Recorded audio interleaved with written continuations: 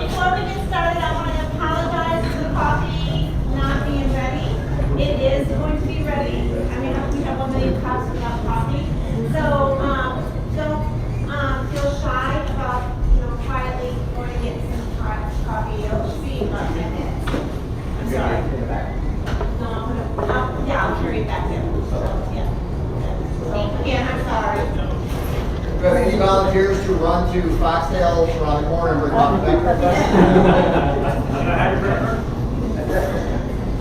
Pam. All right. Well, great turnout today. If you attended the Eustis breakfast this morning, thanks for hopping over here and joining our 1 million cups presentation for this week. If you have not signed in, we have some of the QR codes around. Please go ahead and just scan it and sign in. So this is our Lake County Eustis chapter of 1 million cups. We'll get into what 1 million cups is in just a minute. Again, the reason we do Lake County and Eustis, we want to incorporate the entire county. We want South Lake to be part of this as well. At one point in time in the future, I think we will look at expanding. Probably South Lake will be the next area that we go to. If you know somebody in South Lake, Claremont, Groveland, Davenport, that area, please invite them to either attend or watch online, because we do want this to incorporate everyone in the county. So, a couple housekeeping notes before we start. If we can keep the side conversations to a minimum, we want to give our presenters everybody's full attention. Let's silence our cell phones, and then the bathrooms, the women's is through that door here, and the men's is up here to the left. Also, we are filming. Are we live on Facebook yet? Yes. All right, we're live on Facebook.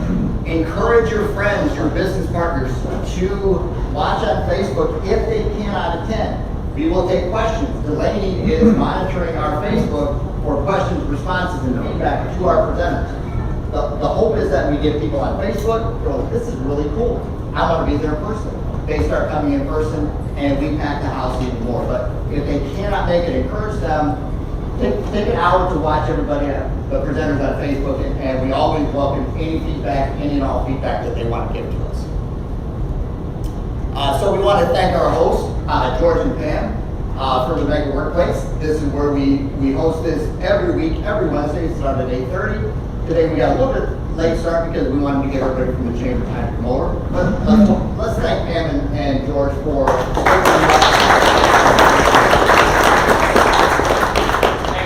If I could, I'd like to introduce, we have two Eustis commissioners here. My favorite commissioner, Willie Hawkins. And I saw Gary Ashcraft right in front of him. And they have supported small business very strongly, and we appreciate that.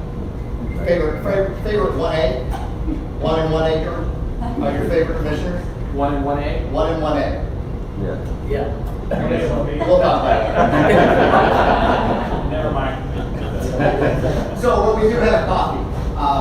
We want to thank Foxtail, who is our coffee sponsor, and then the donuts and the pastries and the bagels and everything in the back, that is compliments of United Southern Bank.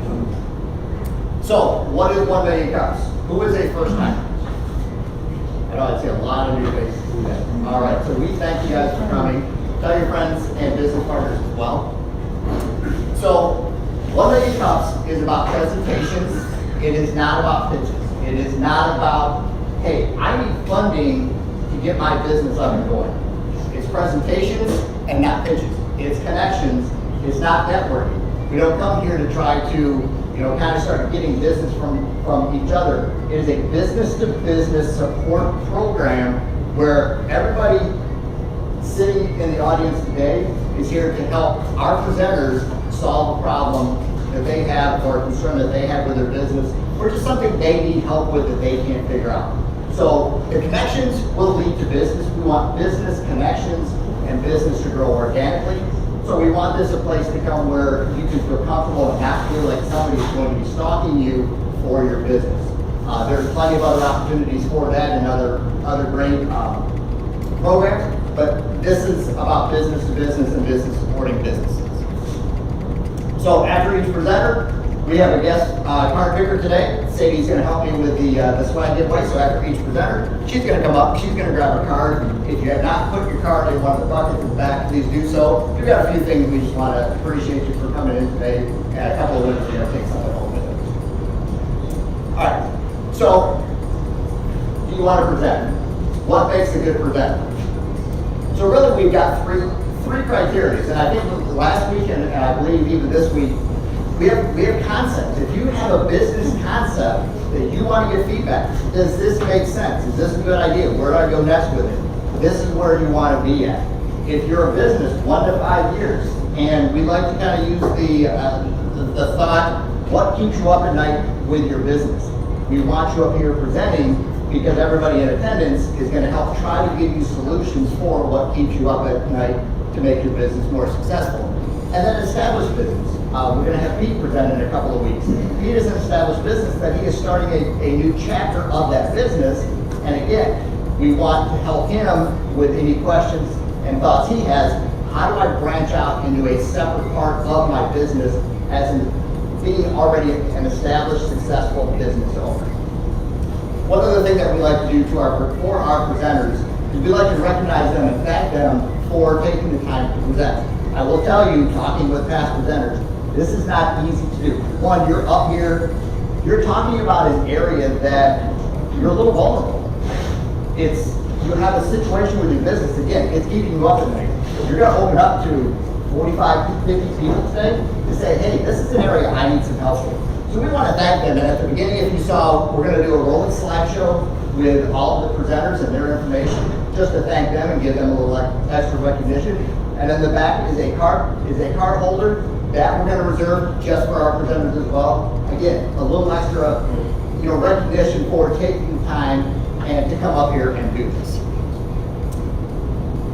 So we want to stay connected. Again, we're on Facebook. 2 things you can do for us. Find our website, 1 Million Cups, Lake County Eustis. Follow us, set up a login. Go to our Facebook page, like us, follow us, and then you'll get all the updates for all of the meetings. And again, there's not, put it in your calendar, a weekly reminder, 8:30 to 10 o'clock at the Mega Workplace, right here. If you want to be an organizer, these are everybody that helps put the weekly meetings together. We have an awesome group of organizers. We added a new one this week with Paige. Paige, thank you for joining us. Let one of us know. We will, or just go on the website, go on organizers, apply to be an organizer. We can always use the help. All right, so that go backwards. I need full. So what we thought we would do today, normally we do a question of the week. I thought today would be interesting because again, why do we meet here? We got the Mega Workplace. We've got 1 Million Cups. If you have a concept, you come here and you present the concept. The concept looks good. We're going to move forward. What do you do next? You go down and meet with John Doremus at the Small Business Development Center. John's going to help you to develop a business plan. We have the UCF Incubator, which is going to help that business go to reality and become successful. You have everything that you need under one roof. So we thought we'd put together some kind of cool business facts today, just to show you this is why situations and buildings like this are important, where you can take a concept to reality to success. So 99%, and this is from Forbes magazine, 99% of the businesses in the country are small businesses. We all hear the Amazon, the mega businesses. Small businesses run our economy and run our country. 99.9% of all businesses are small businesses. Not 9.9, 99.9. Nearly half of all people in the country that are employed by a small business. Small business drives the economy, small business drives employment. This is why we need small businesses to be successful. Small businesses over the last 25 years have added over 12.9 million jobs. It's probably more, but again, this is what Forbes came up with. So that's a lot of jobs. That's a good percentage of our workforce. Here's a surprising one to me. Millennials own just 7% of the businesses in the U.S. So where do we go when businesses, as established businesses, retire and move on? We've got to get our millennials, and we had the Eustis high school kids and their incubator program with Lake County here about a month ago. These are kids that want to be future entrepreneurs. This is where we need them presenting at. More businesses are owned by males and females. That's an area that we want the women here succeeding. We want them doing what they need to do to be successful. Here's a surprising one. Over 3/4 of the shoppers shop or go to a business's website. You gotta have a website. A couple weeks ago before Thanksgiving, we did some website reviews just to make them better. A couple weeks ago we had Kristen from Farmers Insurance. Her problem was labor. Labor remains the #1 cost for businesses at 70% of spending. If you want to hire, you need to hire right, because that is a huge expense. Surprisingly, advertising accounts for just 1% of a business's revenue on average. Now, I don't want to go too far into the weeds on this, but Monty and I were talking about this beforehand. I think that's a little misleading because our biggest area of where we get business is by word of mouth. I think advertising is only the first step of where we get business. That customer now grows exponentially by word of mouth to help grow, but you don't have that customer if you don't have that advertising to get that 1%. Over 180,000 small businesses opened, then closed in the last year. The scary one, 1 in 5 small businesses will fail. And then the last one, according to the Small Business Administration, small businesses generate 1.5 million jobs per year, account for 64% of the new jobs in America, and they account for 44% of the economy and the economic growth that we have. So this is something that we wanted to share, and just kind of a little education of why making small businesses successful is extremely important, and this is the place to start. So with that, we're going to start with our presenters. If you want to present, how this works, each presenter, you're going to have 6 minutes. Then we have 16 minutes of feedback from everybody in attendance, like we told the presenters today. If you go over, don't worry, but we'll cut into that feedback time a little bit. So with that, we are going to start with our first presenter. So we would like to bring up, Monty, if you want to go ahead and switch them over. We're going to bring up Sarah Campbell with the Modern Schoolhouse. Let's welcome Sarah.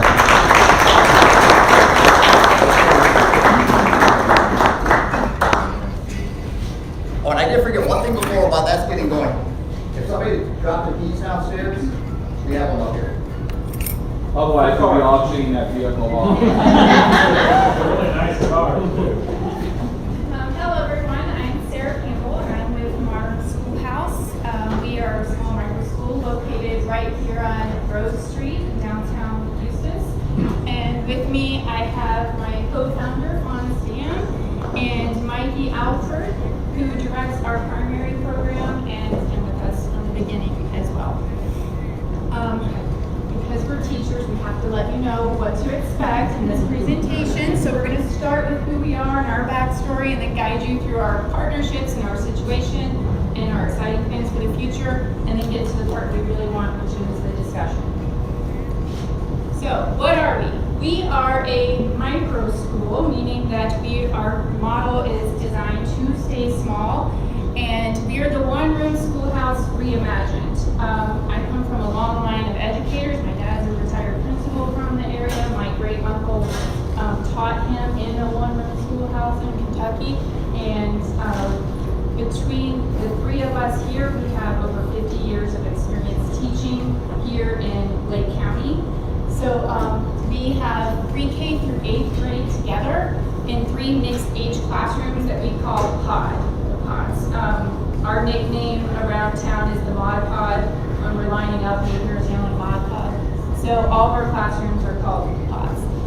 We offer experiential real world education applications that go along with rigorous academics. So our primary pod, which is led by Miss Mikey, and we also have a full-time assistant in that room, pre-K through second grade, the middle pod elementary, which has a teacher and assistant in 3rd through 5th, and then the middle pod, which is grades 6 through 8, and sometimes we have a 9th grader that stays back and does FLBS work with us and uses our program for supplemental activities. So how we got started.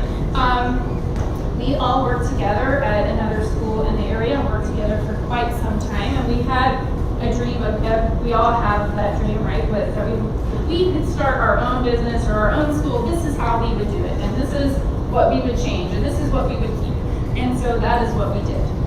During COVID, our teaching situation changed drastically, and we were left to ourselves to create a program for our students without support from the school in which we were teaching.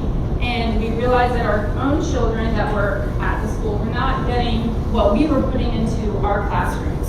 So we had finally reached the moment where we decided we're going to quit our jobs and we're going to start our own school. We started, the micro school worked well, especially on the heels of COVID, because we were limited on how many students we could have in one area and where we could go. So we started with 20 students, 6 of them were our own children, and we began teaching in parks and libraries until we could secure a location.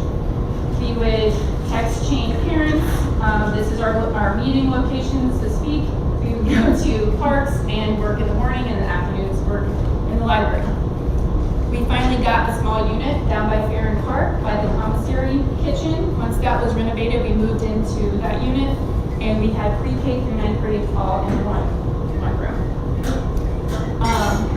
In the following year, we were able to get another location, or rent from another church, and split into 2 and hire another teacher and assistant, which brings us to this year. We have finally secured a unit that can house all 3 of our classrooms, and we were able to hire another elementary teacher.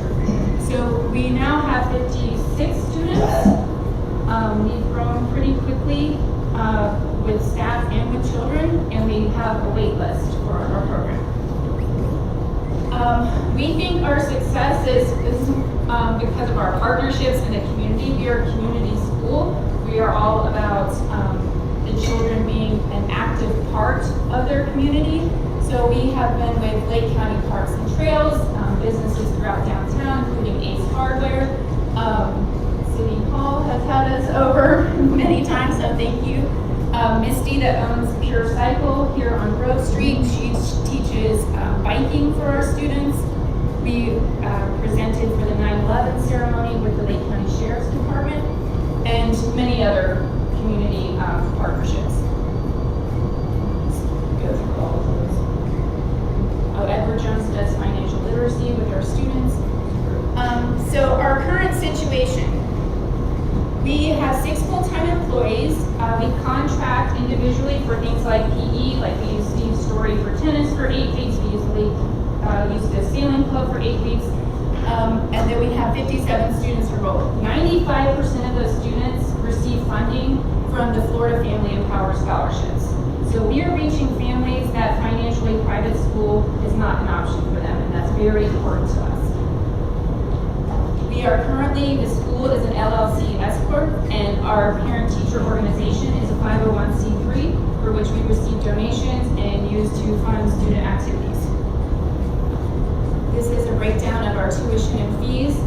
Again, most of our students are on scholarship, so most out-of-pocket costs for the students, for parents with the scholarship is about $120 a month. The future.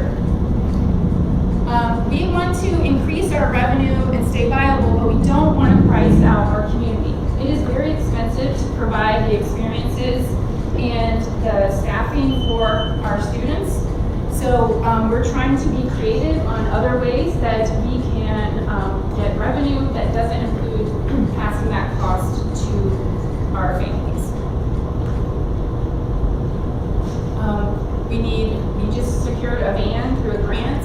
We need another van for a grant.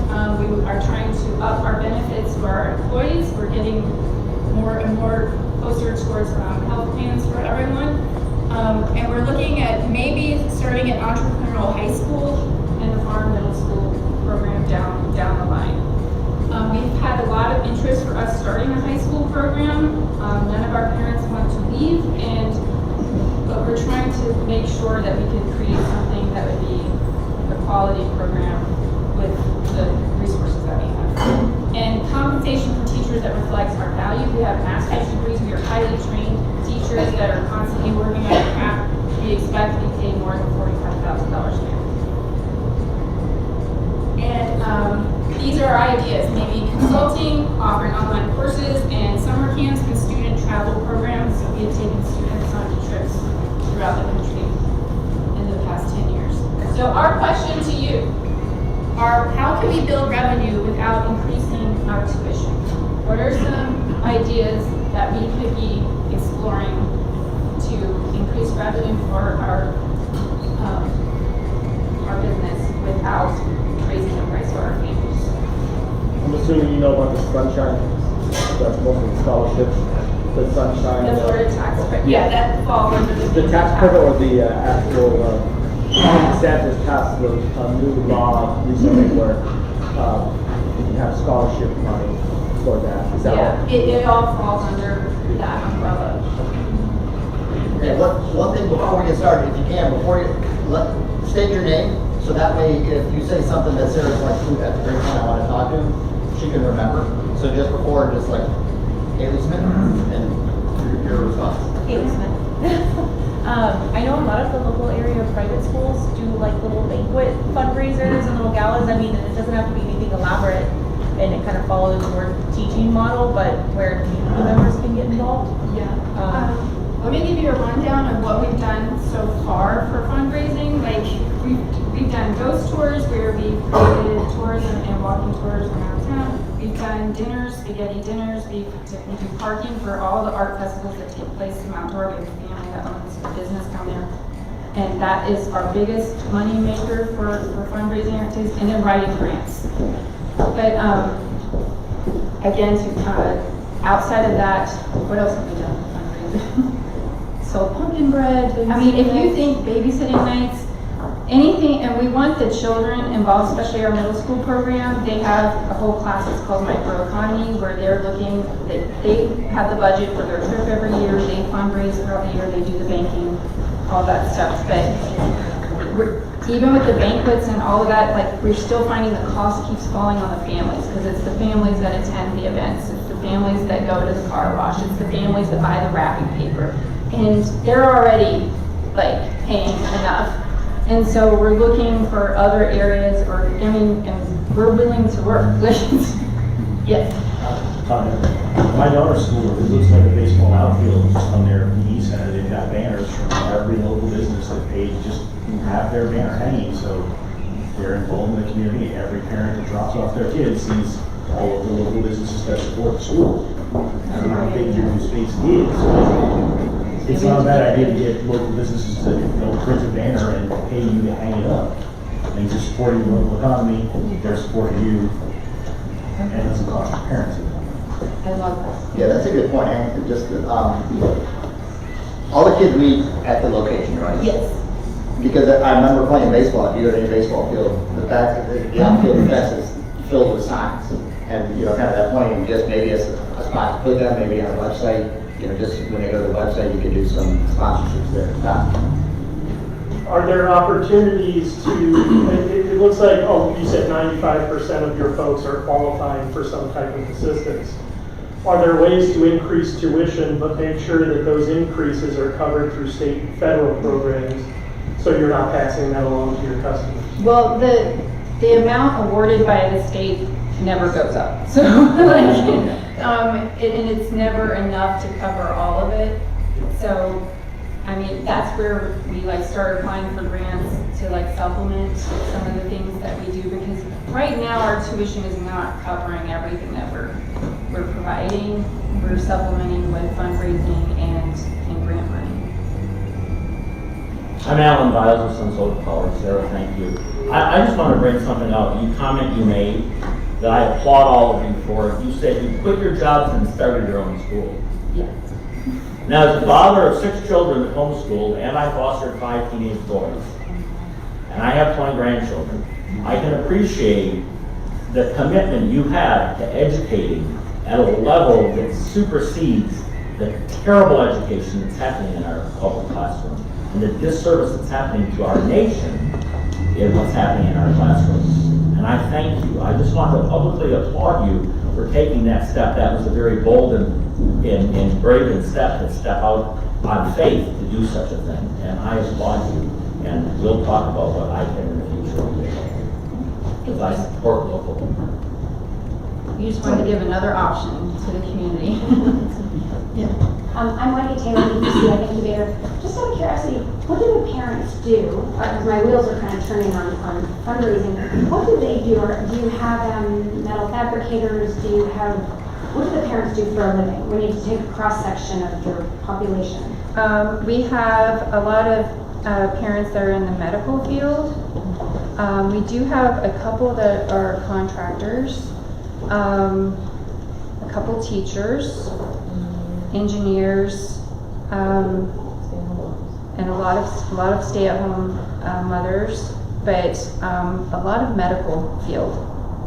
I'm wondering, is there something medical? Are they doctors, nurses? Both doctors, dentists, nurses.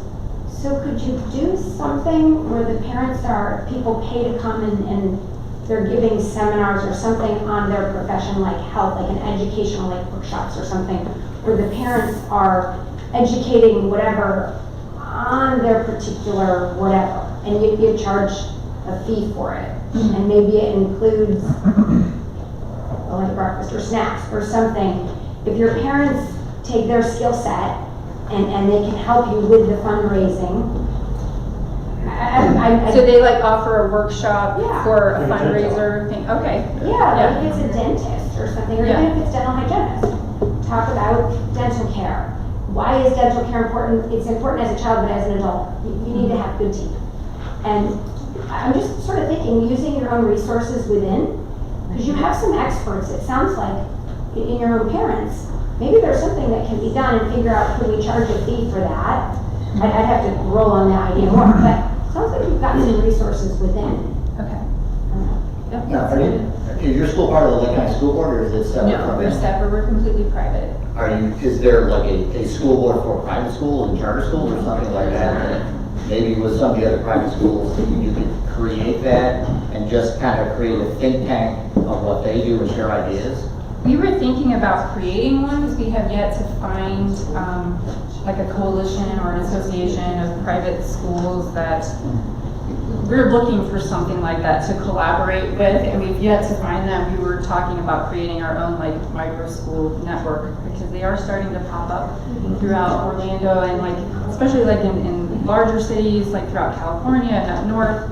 It's becoming a very popular model, but it hasn't sprinkled out here yet. So Lainey Foster, question on that. Have you even looked on, I'm sure you probably have, but on Facebook, there's like groups for everything. If there are micro school, for the teachers to kind of bounce ideas back and forth, that would be where I would start, because probably they've already come in contact with this issue, and they already have massive amounts of ideas in this sector. So I don't know if you've already searched that. I know in my own profession, there's a ton that they were able to help me with that even these awesome minds didn't know because they're not in that sector, so just for that. Keep looking. We'll go Nelson, then John, Greg, and then Matt. Nelson Martinez. I own a food truck, a mini donut food truck, and I was thinking maybe you guys can hold like a food truck night, charge either a flat fee or 10% of their sales for the night, and that could go through your fundraising. Okay. Yeah. I like that. Okay. Yeah. John? John Ramos, SBDC. If you, in one sentence, can you tell me what distinguishes your school from the rest of the world? We offer real-world application, or opportunities for real-world applications of rigorous academic concepts. I know that's probably like not a good elevator pitch for the for the, for Does the the public masses, know but what real world means? I don't think so, I don't think so, yeah. but, we're outside of, our shirts say school outside of the box. You know, learning is not gonna take place just at the desk in front of a computer. In fact, most of our kids are not even on a computer all week during the day at our school. They're not on screens. We are out in the community. I'm sure you've seen us about, especially Mikey's class, like biking in Farron Park and stuff. So we offer, honestly, like an individualized curriculum every year. It's a new curriculum, new experience for our students because we write the curriculum for our group each year. It's small enough that we can do that. It's just teaching the way it used to be before all the freedoms got taken away.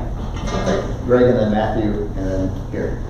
Greg Sizer, local realtor right here in Eustis. Talking about fundraising, my background is hospitality in the past.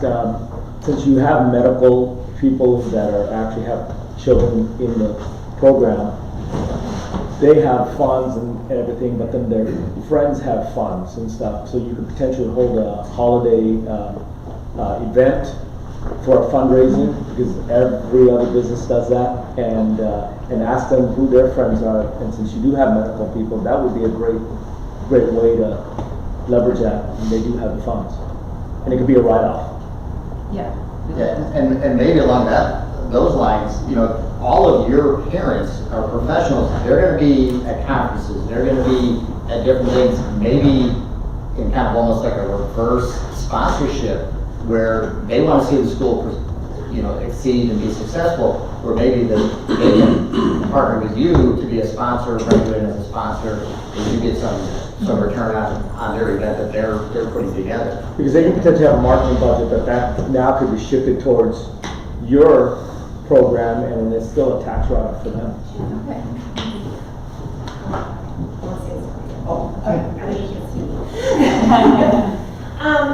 When I think of your school, I think it's probably a very loyal base for you to keep your parents. And so my thought is to reach their friends, their family. So maybe a GoFundMe page that is like targeted towards one thing that you want to fundraise for, and do it on a GoFundMe so that then your parents can push that out social media wise as well, because then aunts and uncles, grandparents, you know, friends that from their colleges, who have a like-minded would say, yeah, I want to give something. And it could just be a 10, 20, but you multiply that by, Yeah, it'll add up. yes. Thank you.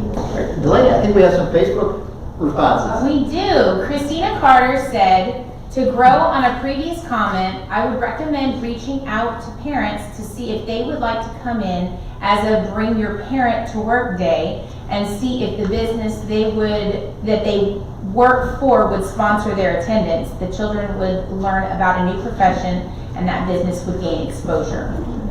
I like that. Thank you, Christina. Thank you, Christina. All right, we got 2 minutes left. Matthew. All right, so first I want to understand, because I suggestions for partnerships, but I want to understand, what does your current structure look like for the business partnerships? So we are 40-40-20 is the ownership. For like the small businesses that sponsor you guys, do they sponsor and just pay you one time, and now they're sponsors that pay you monthly? No, they yearly? don't pay us. They're not paying So us. They're you're like just- offering us programs. Okay. So like Lake County Parks and Trails gives us free botany classes and Right. hikes like every month. So you're kind of bartering. Yeah. So one of the suggestions I would have to help make it so you don't have to do so much on you guys and as much on the parents as well is having financial partnership abilities. So you could do that combination of banners. You could have a vehicle wrap with sponsors on there. And then also the workshop opportunities, combining all these into a package. And then one of the big ones is with a website. So if you list other people's websites on your website as a sponsor, what you're doing is you're creating a backlink, which improves their off-page SEO. But people pay a lot of money for SEO for, so it's something where they're sponsoring you and they're getting something out of it. It's not just I have exposure, I'm improving my presence online. So combining the layers of this, you can have different tiers of sponsorship with a monthly, agreement. So you have ongoing revenue coming in for that, and it's combining the community here. I love that.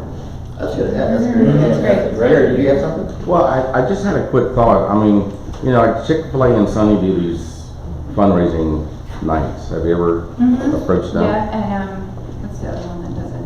But yeah, we've, Okay. Five Guys. Okay, we are out of time. Did you have something, Ken? I did, I just had a quick question. Well, I didn't hear you mention anything about an IEP. Like, is that something that you guys offer and you can honor an IEP? So we do have students with learning differences. We have children in our school that are on the autism spectrum. But we take each child as a case-by-case basis. Before the child is enrolled, they spend a trial day with us in the classroom. We do some pre-testing just to make sure that it's a good fit for everyone. Right. But with that being said, I believe, so my son has an IEP. He's on the spectrum of autism.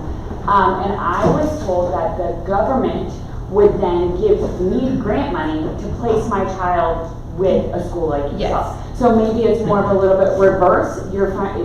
If a parent can come to you or put your exposure out there that we accept an IEP, and because you are a different type of more real world, because I know for my son, screen time is the worst, especially with one that is on the spectrum. I don't know, just kind of maybe marketing to the parents that really would rather pull their children out of public school and kind of put them into more of a modern, because that seems like something that would be highly beneficial for my child. And I think the government would give me grant money to send him to your school. Yeah. And we'll look more into that and give that information to our parents because, it's a significant need in our community. Absolutely. All right, we appreciate that. We are out of time. Sadie's going to draw our winner for the day while Monty gets everything set up for there. Sarah, last question. Last question. Monty, do you have a last question for Sarah? So what can we as a community do for you? We have industrious middle schoolers that are eager to engage in business activity, acts of service. So if there's an opportunity for them to partner with anyone in the community, be open to meeting with us because we're always looking for them to have a chance to give back to our community and to be an active role. All right. Thank you. Great.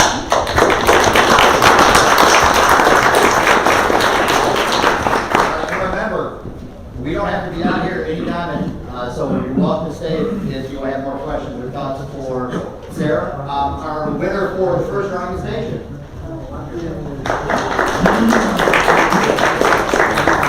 All right, so with that, we're going to welcome our next presenter, and this is Nelson Martinez, and he is going to talk about the spot on Lake David. And there's a clicker. Are you all set with a clicker? Moving forward. Good morning, everybody. I'm Nelson Martinez. Let me preface this by saying this is my first PowerPoint and actually probably my first time speaking in front of people, so kind of a little nervous. But our project is the Groveland Spot on Lake David. It's an outdoor eating and entertainment venue. There we go. Like I said, my name is Nelson Martinez. I'm a 9-year military veteran. I served 4 years in the Army and 5 years in the Marine Corps. I'm also a police officer, retired police officer, 23 years down South Florida. Currently, we have a mini donut food truck. So I thought that was kind of a natural transition from something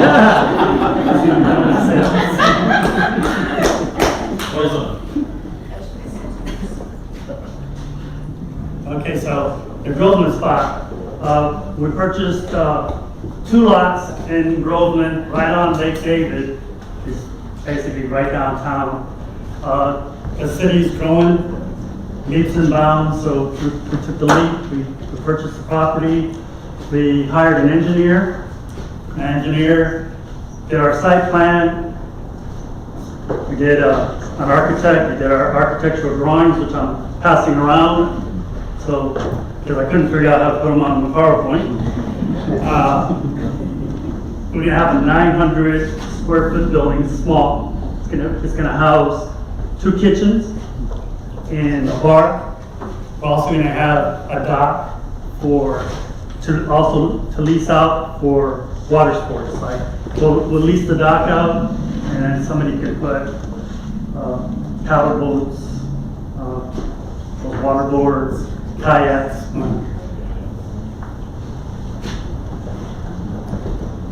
Like I said, I had the kitchens. We're gonna rent them out. We haven't really figured out how much we're gonna charge because it's based on what the total project is gonna cost us.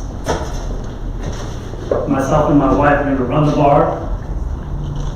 There's a fire pit for ambiance, and, a stage for live music. Like I said, Groveland is one of the fastest growing cities in Florida. So that was one of our main reasons to start this business. There's no entertainment in Groveland. There's like one bar that's never open, and there's not many places to go eat. McDonald's, Hardee's, Taco Bell, but there's not much of anything. Lots of barbecue places. So the problem that it solves is it would be the first business of its kind in Groveland. So instead of going to Claremont, Winter Garden, Orlando, people can come to us. And then we just said that we'd be the only spot in Groveland, so it's like, how about the spot? So we target the locals, tourists, families that are looking for a day of fun, because we plan on putting like games for children to play. We're going to have the water sports, music to draw people in, same thing for the young adults, food, drink, and live music. Hopefully that'll bring them in. We got the capital. I use pretty much all my pension money to buy property, food truck, donut sales. So we have our food truck. The margin's pretty good. Costs us like 35 cents to produce a dozen donuts. We sell them for $7 a dozen. $1.80 for a bucket of donuts. We sell them for $17. So that's where most of our money's coming from. Looking for financial backing with help from the Small Business Administration.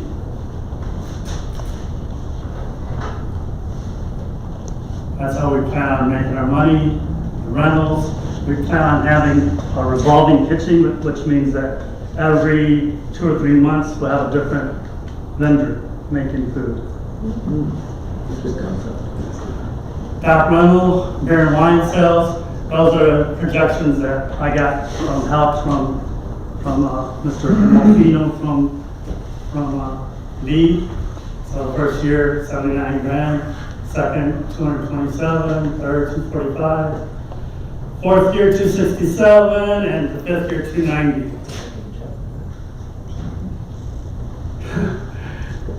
We wish we knew everything there was involved. When you take a lot and there's nothing there, there's a lot of infrastructure that has to be made. Meetings with the city were like a nightmare, as it was during COVID, and we had to go do those Zoom meetings, couldn't hear people. Unresponsive businesses. We had people, you call your architect or your engineer, or nobody gets back to you. It's like you want to jump out the window. And a lot of things that were required by the city that we didn't figure out was like community of title, which meant that we had 2 lots. The city said you got to have 1 lot, so we had to pay money to get those put to 1. We had to have a traffic survey done. How is your business going to affect the traffic? We didn't know anything about that. Soil analysis was, we had to pay somebody to $5,000 to dig some holes in the ground. Tell us if our land could hold a building. That we're gonna put there. Advise anybody research what's involved, because you might change your mind once you figure out what's involved in starting a business. We need just help with the finance, maybe a possible partner, maybe possible investors. And I guess that's it. That's it.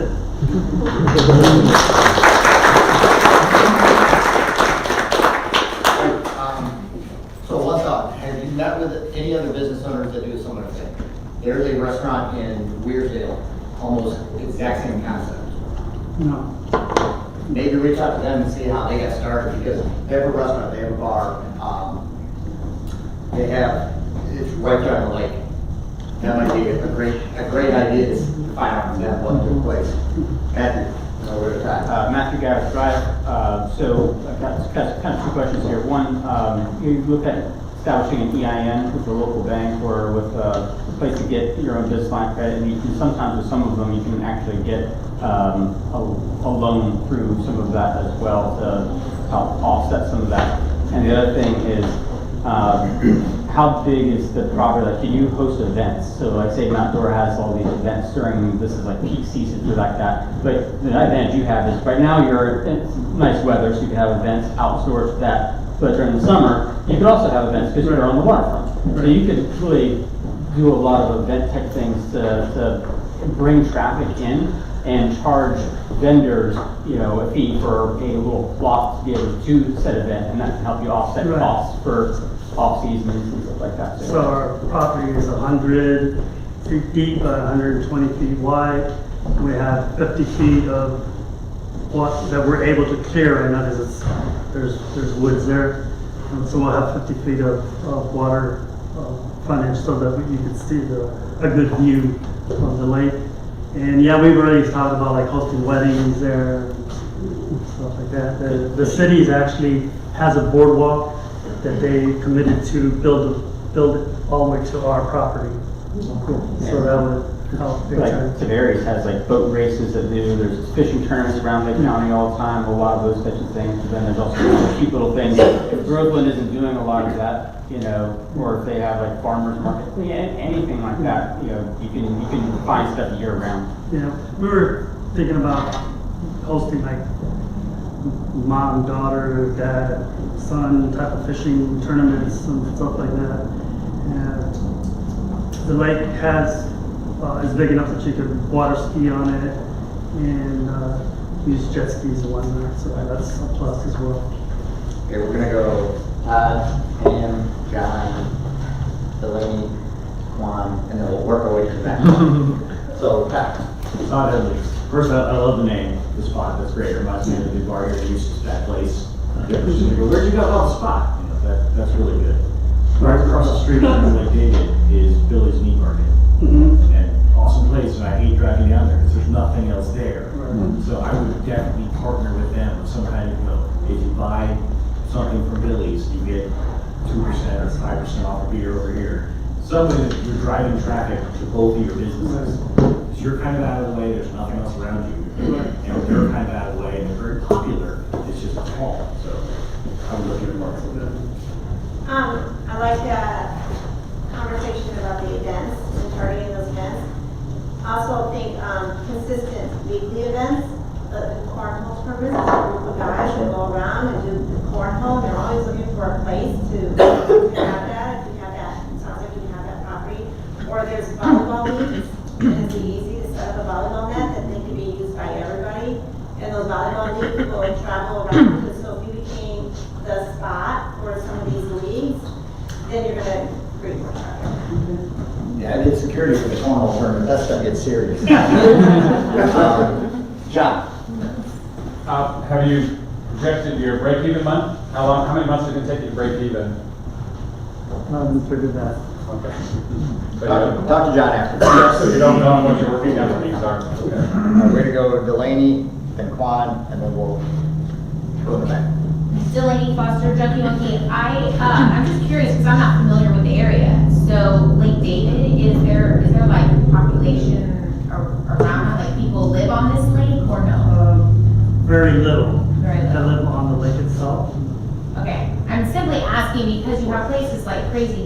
have a dock so that people can actually come via boat or via, you know, the water, and that would be a really cool attribute.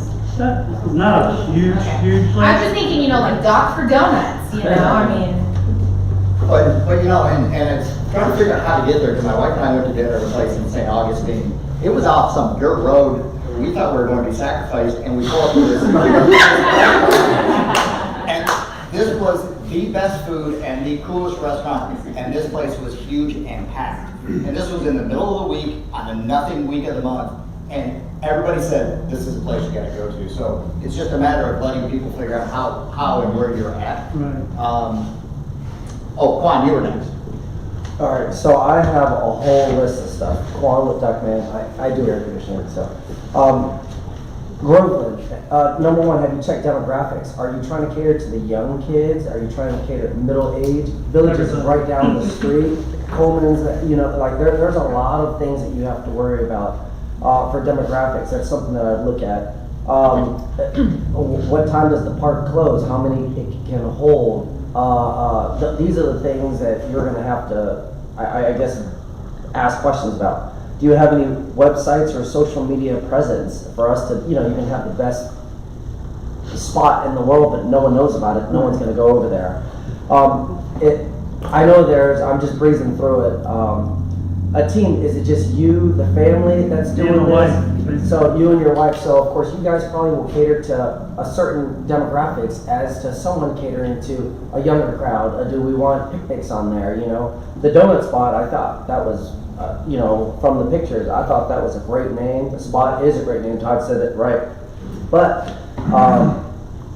like, if you don't come from an entertainment background, now you've got to allocate X amount of dollars for you to be able to pay for that marketing, whether it be digital SEO or any of that, just to get your name out there.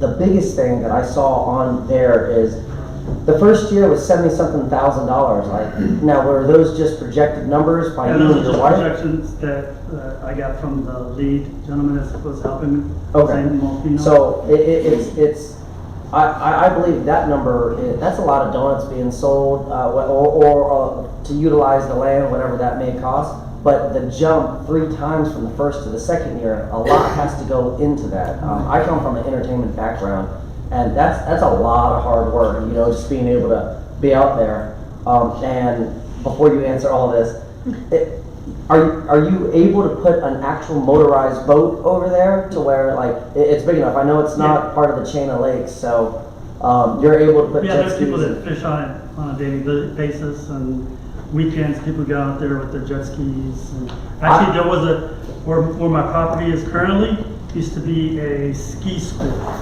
Okay. So, but I know I kind of threw a bunch of stuff at you, but what do you think that you would cater to? I know you said you've got another guy projected, but like, would you cater to the older people, bringing a one-man band in, or? Everything, really. I mean, what we were thinking was like we'd have different nights, like Latin night and country night and teen night, stuff like that. So I think that's good, but not to be the naysayer, but when someone says, hey, everything, it's like you yourself have to make sure that, you know, I can cater to the kids, but the parents have the money. You know what I mean? Right. So if we cater to Claremont or some of the retirees from the villages, which is right there dead center, I think that's a place to start too. And I always do the pressing the flesh to where, let's say you have a night, you know, they've got bulletins on the villages, word of mouth, or they've got bulletins on these little things in restaurants for, hey, what's going on, because there's so many, the population is growing up there. Right. So, but anyways, that's what I would think that for my forte, like, figure out who you're catering to. Greg, and then we'll go to Brittany. Greg Sides, a realtor again here. Groveland is the fastest growing town around here. So that's a great positive. And the concept that you have is awesome since there's no one there. Right. And those nights of different activities, I come from the hospitality world. I agree with Quan, it's a lot of work, but I think what you should do is instead of you taking it on, promote those nights and bring in vendors that already do that activity and charge them a certain percentage of the profits for that day. So this way you don't have to think about it and reinvent the wheel of having a country night, Latin night, or whatever. Just bring in the professionals that do that, that don't have a facility in a venue. And I think the concept that you can have, since it's just you and your wife, is making that an event destination for all sorts of different things, but then still have your donuts and whatever you're gonna have in the future with the bar, and have those proceeds go to you, but then bring in different, events like the Latin night and things like that. I think you have a great concept. Thank you. Brittany? Mine's along the same line of both of them, but I was thinking more so like the demographic wise. If you focus around kids, people are always looking for fun outdoor activities to do their kids on the weekend. So if there's something that can entertain them, but also the parents are coming to provide the revenue side of it, it's a win-win. Because it's like, this is an easy thing, the kids are entertained, I can go get a drink or food, bringing in food trucks, having something for the kids to just run around in. Like, think of Joanna Gaines and the place out in Waco that they put together. It's literally a green grassy field where the kids just run around and go nuts or have little games, but then there's all kinds of merchandise and food surrounding it. The food trucks is definitely an easy thing because you're already in there on it. But then I think also from a marketing, I'm pretty home and I have a digital marketing company at Home Digital. So I focus around more digital things. So definitely what Juan was saying, getting it out there from a visual standpoint, having that token logo or something that people connect with immediately. But then even from like a blitz standpoint within the community. So bringing your food truck or whatever it may be and popping up in different areas around just to be like, hey, there's the donut guy or the spot or whatever it is that is connecting with people and showing up different places and like a guerrilla marketing even style to where it's just like boots on the ground. It's a cheaper way of going about it and we'll work on you guys. But you're getting that name out there and just popping up everywhere and then it's like, was this fun? Okay, now come check it out at the spot, at the location. All right, let's, we'll work through the back. Jared, did you have something? No, I was just, my big suggestion would be infrastructure. So if you're gonna have people pull up boats, obviously I don't know how far the boat dock is or the loading ramp is or whatever, but then also power. So if you are gonna have other, I know you've got 2 kitchens in the facility, but if you're going to have other food trucks, are you gonna provide power, are you gonna provide water, those types of things? Just think about the infrastructure. You know, even if you're going to have concerts, you need to have power in certain places that have to be a certain amount. So you might want to talk to some folks because that's pretty much thought out. As far as food trucks go, we're getting away from actually having the food trucks on the property. We're actually been talking to different food trucks, and a lot of them are already committed to renting the kitchens for 2 months, 3 months. That's cool. They take a break of from traveling all over the place. There's not a lot of places that do short-term stuff, so that's cool. Okay, we got 2 minutes left. We'll go Wendy, Jesse, and then we'll come back this way and work our way to the front if we have time. Wendy. Wendy from UC Incubator. When are you officially opening or breaking ground? That's a good question. Okay. So, right now, like I said, we have the architectural drawings, the site plan. We've met with the city several times. We've been trying to get bids from different contractors. They need one thing which we at this time don't have, which is they need what they call a bid set, which has the architectural drawings, the electrical, plumbing, and I can't run out of money for those. So before we can get financing, or even to know how much the whole project's going to cost, we need that set of plans to get a set of price for the whole project to take it to the bank. So could you use this spot right now as like get an inflatable movie screen and do movie night at the spot? That would be something, and then do your mobile vending. I don't know if you'd be able to charge, if you kind of rope it off. The schools, maybe invite them and do a movie night for the school, like a community program. And then, have you joined the South Lake Chamber of Commerce? Not yet. I would highly recommend it. So it's very active. I've been going to it and very active. They do a coffee morning. Every Monday they meet for coffee, and they meet at a member location. And this week, actually month of December, they're meeting at, it's not even you can't go inside. We stood out and had coffee. Somebody brought a card table and they got Dunkin' Donuts and we were at the place of business. But it's a community location, the city owns it, they're a chamber member. So you could, as a chamber member, have coffee and donuts do that every Monday. And they get 20, 30 people every Monday to raise awareness. And that's, I mean, couldn't charge for that, but it's a raise awareness. Here's who we are and what we were looking for. And that would be a really inexpensive way to start getting people to the spot. All right, sorry, in respect to everybody's time, please stay up. We're going to Jesse the last question. And I think, Ray, you want to wrap this up? Yeah. All right, so Jesse. Yeah, Jesse Ernst, finance and business coaching.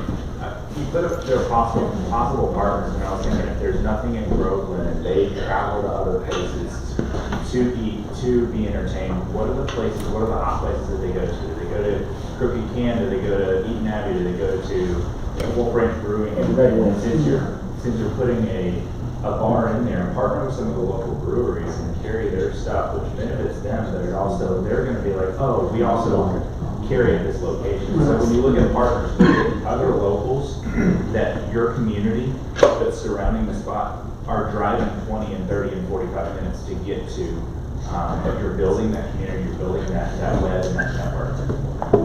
Yeah, that's a great suggestion. I was going to suggest that. Can I just say one thing? Sorry. All small businesses, I feel your pain right now, but I got to tell you, the one thing I see as a realtor with small businesses, they have these concepts, but they put the cart before the horse. And the research portion of it, John is a great resource for everybody that has a small business. It's free. Go talk to him first before you even start anything, because he could save you a lot of time and headaches before you even gone through what you've gone through. But you know what? You've done it, so be it. But he can still be a resource. But for everybody in here that's a small business, just go to him because he can help you. Money is everything. Yeah, and that's where it starts. You can't have a business without money. All right, last question. What can we do as a community to help? Just like all these suggestions are helping, and if anybody's a grant writer, he's a grant writer. That's it. All right. Again, stick around. I know there's more questions.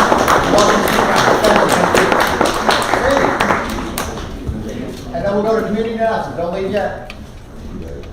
Who we got? Renee Poppins. John Poppins. All right. Any community announcements before we disperse? Marie. Chamber on Friday is having an open house for members and maybe prospective members all day long. It'll just be light refreshments set at 4 o'clock to 7. We will do. We've got live music. We are on the lake, and then when you're done there at 7, you can walk through the park. There'll be snow in the park because they're doing it Fridays and Saturdays. It's this Friday, the 8th, and then. Go downtown and try out one of our restaurants. And if you're interested in the chamber, come see me before Friday. All right, thank you. Monty. So LEAD is partnered with Lake Sumter State College to host an event called Me, Myself, and AI, teaching small businesses and citizens how to leverage AI in your business. So that'll be in Groveland, December 12th at the Courier Building, and it's on the LEAD Facebook site for more information. All right. So I have an announcement. Debbie Weiner bringing Dolly Parton Imagination Library into Lake County. OMG Coffee's having a fundraiser for us at Saturday night. They sponsor not-for-profit organizations, and Saturday is our night. It's a $5 cover charge. It's live country music done into Dolly Parton's country music. OMG is located in the Lake Square Mall, right next to Bell. So appreciate anybody who likes country music popping over, 6 to 9. Thank you. John. Just for those of you who are more than first-timers here, we're organizing in Lake County a CEO exchange program. It's for second-level companies. I've passed out literature for the last 4 or 5 weeks. The qualifications to participate are $800,000 sales, been in business a year or more, and have at least 5 employees. I have about 4 spots left, and once they're there, the organizations that have been working in Orlando and Daytona Beach, the same people are members that were there 10 years ago, so it's very valuable. All right. Anyone else? All right, we hit 47 today, I think. 47? 47. I need 3 people to invite a friend next week. I don't care which 3, just 3, so let's hit 50. Same time, next place, tell your friends if they can't make it, watch us on Facebook. Thank you, everyone. And his coffee ready.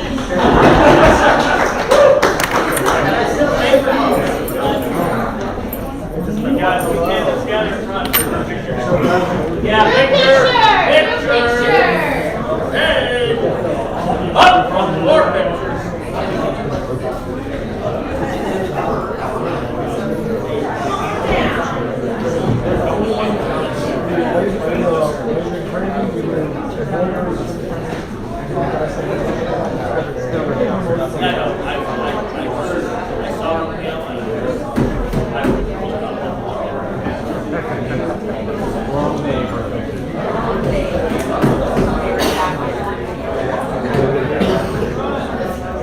Come on, everybody, let's go. Come on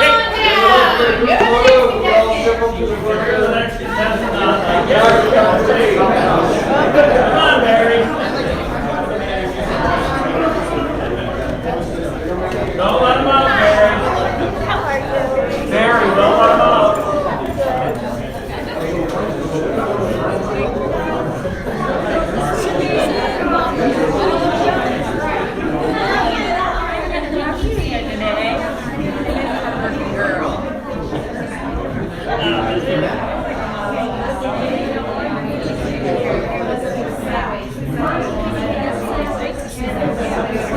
Wow. Quite a few girls. All right, everybody, come on up. Come on up. Or other finger. One finger. All right. Not the middle one. All right.